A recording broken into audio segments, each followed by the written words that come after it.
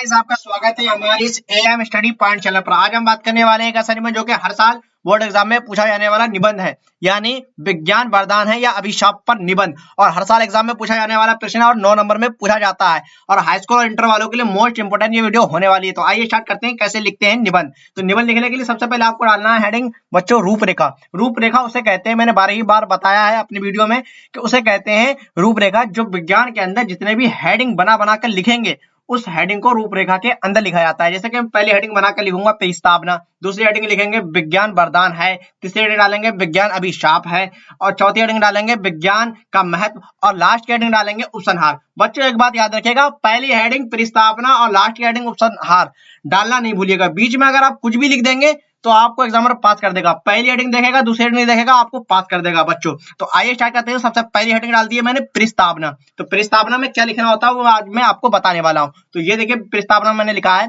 विज्ञान आज ईश्वर की भक्ति का सर्वव्यापी हो गया है। मानव जीवन का कोई ऐसा क्षेत्र नहीं, ऐसा कोई कोना नहीं जहां विज्ञान ने सुख प्रदान ना हो, यानी विज्ञान ने सुख प्रदान ना किया हो। विज्ञान की बदौलत मानव जीवन एक रंगीन और कल्पनाओं का सुनहरा संसार बन गया है। यानी प्रस्तावना के अंदर विज्ञान के बारे में थोड़ा सा बताना है। फिर दूसरी हेडिंग डालते हैं अपने विज्ञान का वरदान, यानी विज्ञान का क्या योगदान है हमारे जीवन में।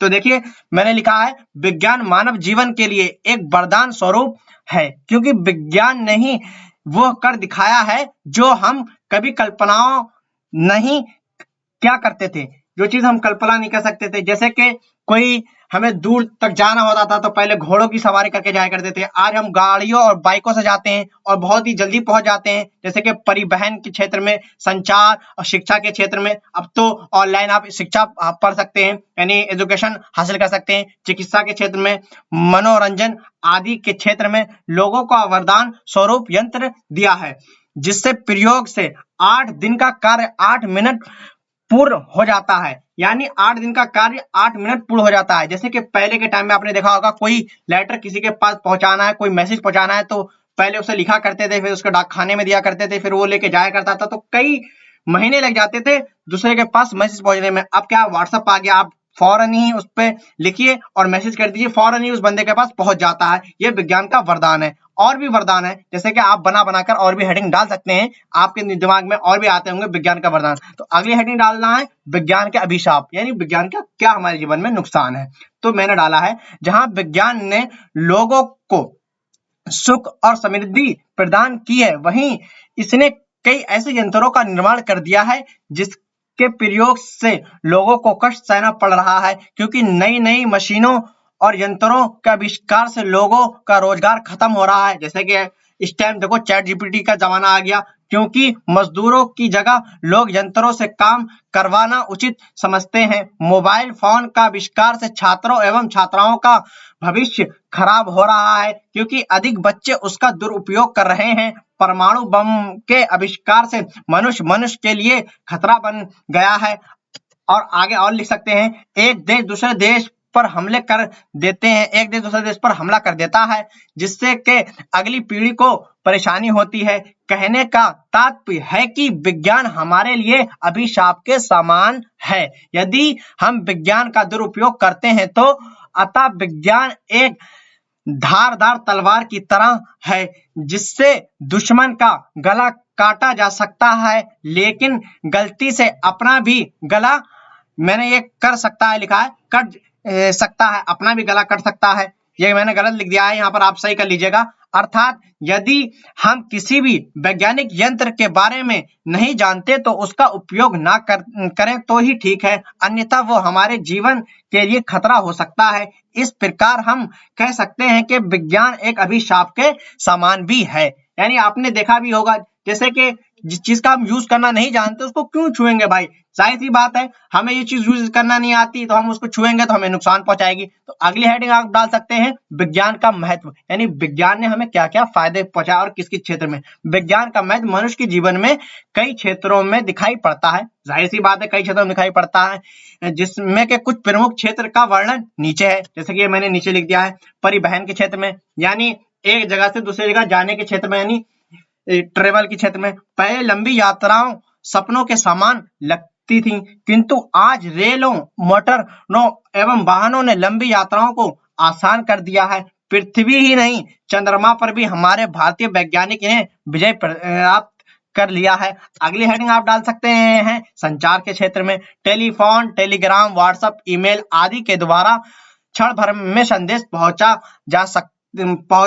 जा सकते हैं। रेडियो और टेलीफोन और इंटरनेट के द्वारा कुछ ही पलों में एक समाचार विश्व भर में फैल जाता है। जैसे कि आप देख रहे हैं इस टाइम समाचार जरा सी देर में, हम आपको वीडियो बना रहे हैं, ये जरा सी देर में आपके पास पहुंच जाएगा।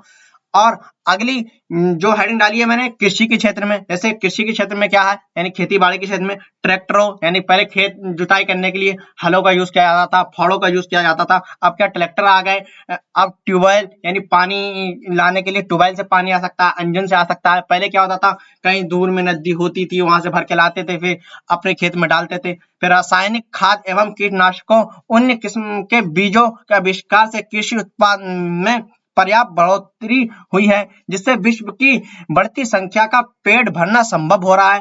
जाहिर सी बात है, विश्व में इतने लोग हैं और उन सबका पेट किससे भरेगा, खाने पीने से भरेगा, तो कृषि के क्षेत्र से होगा। आप अगली हेडिंग डाल सकते हैं चिकित्सा के क्षेत्र में, यानी मेडिकल के फील्ड में क्या है, आधुनिक चिकित्सा पद्धति इतनी विकसित हो गई है कि अंधे को आंख और अपंग को अंग मिलना संभव हो गया है। यानी जिसके पास आंखें नहीं है तो वो इलाज करवाता है तो उसकी आंखें वापस आ जाती हैं, जिसके पास कोई हाथ पैर नहीं है तो उसके पास उसको जो है प्लास्टिक का या रेडीमेड कुछ बनाकर टूबे से दे देते हैं, जिससे कि वो अंग से भी मिलना संभव हो जाता है, उसको अंग मिल जाता है। जैसे कि सिटी स्कैन, एमआरआई के आविष्कार ने नई क्रांति ला दी है। सबसे अब लास्ट वाली जो हेडिंग डालना है, आपको डालना है उपसंहार। देखिए सबसे लास्ट में मैंने डाला उपसंहार। बच्चों एक बात याद रखिए, सबसे पहली हेडिंग प्रस्तावना और लास्ट की हेडिंग प्रस्तावना।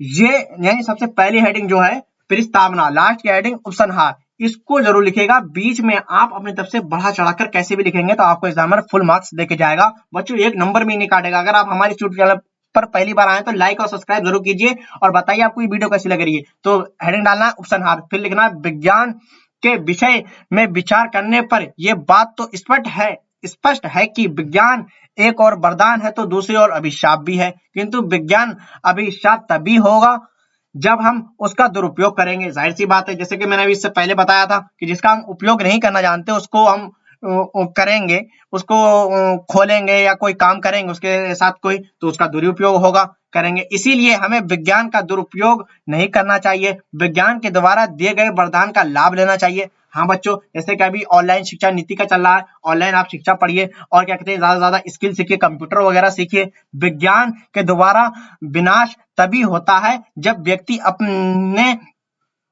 कलुषित, कठिन और बुरे विचारों से उसका उपयोग